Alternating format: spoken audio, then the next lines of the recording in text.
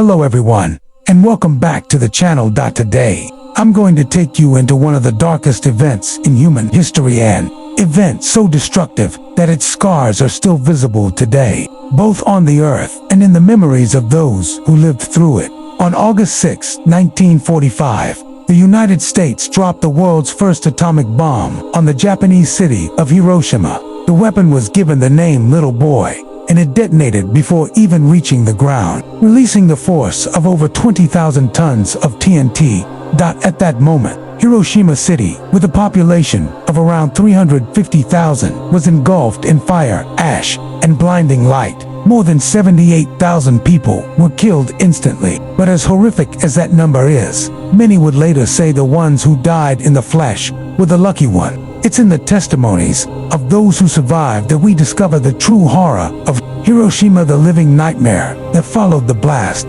The accounts I'll be sharing today are drawn from Charles Pellegrino's haunting book, To Hell and Back, The Last Train from Hiroshima. I highly recommend it if you want to read more, because what I'll cover here is just a glimpse into the horrors people endured. Akiko Takakura and her friend Asami were inside the Gabi Bank, only about 250 meters from the hypocenter. The thick granite and concrete walls of the bank spared them from instant vaporization, but it didn't spare them from horror. When the shockwave hit, Akiko felt her lungs compress painfully, while Asami was slammed against a wall. Shards of stone burst from the walls like shrapnel. Akiko drifted in and out of consciousness, struggling to understand what was happening.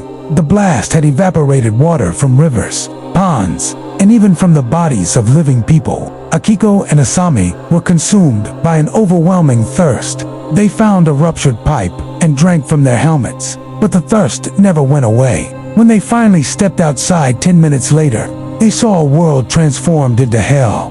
The streets were littered with blackened bodies. Some had collapsed in piles, others crumbled like ash. A man still stood frozen in place, pulling a cart inside it. The charred bodies of two children. Next to Akiko, she saw something soft and fleshy, a severed hand, its fingers burning like candles as fat dripped down from the flesh. Then, it began to rain. Akiko and Asami opened their mouths desperately, but the rain was thick, foul, and black like crude oil. It stained their skin as it fell. This black rain carried radioactive soot and ash, poisoning all who drank it. Akiko lived, but Asami soon succumbed to radiation sickness and died.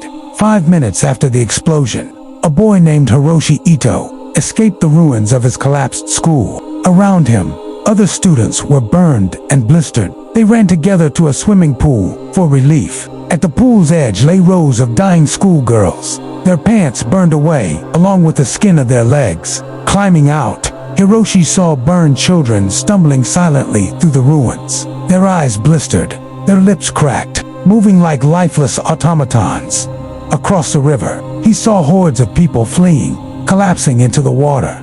Fires consumed riverside houses, and soon the people in the water were overtaken by burning debris. Everywhere Hiroshi turned, the world was on fire. Another boy, Yoshikata, only 13 years old, crawled out from the rubble of his school. The mushroom cloud towered above him. Around him, children half buried in ruins reached out, begging for help. Their blistered hands clawed at his legs. But in blind panic he kicked them away and ran. Mrs. Sasaki was in her garden with her 2-year-old daughter when the flash came. Miraculously, they survived, but what they saw would haunt her forever. A man emerged from a collapsed house nearby and ran past them. At first, she thought he was wearing shoes that clicked against the pavement, but then she realized his feet were gone. He was running on bare bones, the tapping sound coming from the shattered ends of his legs. He vanished into the smoke, the tapping fading into silence. Outside the city, a soldier named Nishioka watched a train roll out of Hiroshima. The cars were filled with charred bodies, with a few dazed survivors staring blankly out the windows. The engineer, clothes in tatters, vomited bile out the side. When the soldiers stopped the train and turned it back toward Hiroshima, they passed endless lines of burned survivors, stumbling along the tracks, murmuring one word: water. They were called the ant walkers, their blackened skin hanging from their bodies, their movements mechanical and eerie, Hiroshima, 6 blocks from the hypocenter, survived only because he was inside a reinforced warehouse. When he woke, he was impaled on nails in the wall, pulling himself free. He stumbled outside and found bureaucrats carrying a life-size portrait of the emperor through the wreckage. Nearby, a horse stood staring at him, stripped completely of its skin, its muscles, and flesh exposed by the force of the blast. Shigo fled, but when he looked back, the skinless horse seemed to follow, pleading silently with its eyes. Father Matthias, a priest, regained consciousness to find himself among the ant-walkers. The flesh on people's arms hung loose like tattered clothes. Inside a scorched streetcar, he saw a family burned alive and, to his horror, an unborn baby still moving inside its dead mother, staggering through the ruins. He saw 3 children clinging to the top of a lone brick building, screaming for help.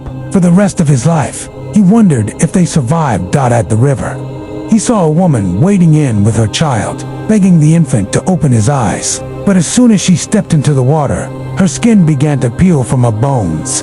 Father Matthias carried those screams in his dreams for decades. Tsutomu Yamaguchi, a ship designer, was 3 kilometers from ground zero, thrown into a ditch. His skin burned, his thirst unbearable. He crawled toward the river. The water stank of death. Bloated corpses floated everywhere, their melted skin stretching from their fingertips like strands of cobweb. He saw children impaled with shards of glass, dying slowly as they tried to pull the fragments from each other's backs. Later, he would be forced to cross a river by climbing over a dam of corpses piled in the shallows.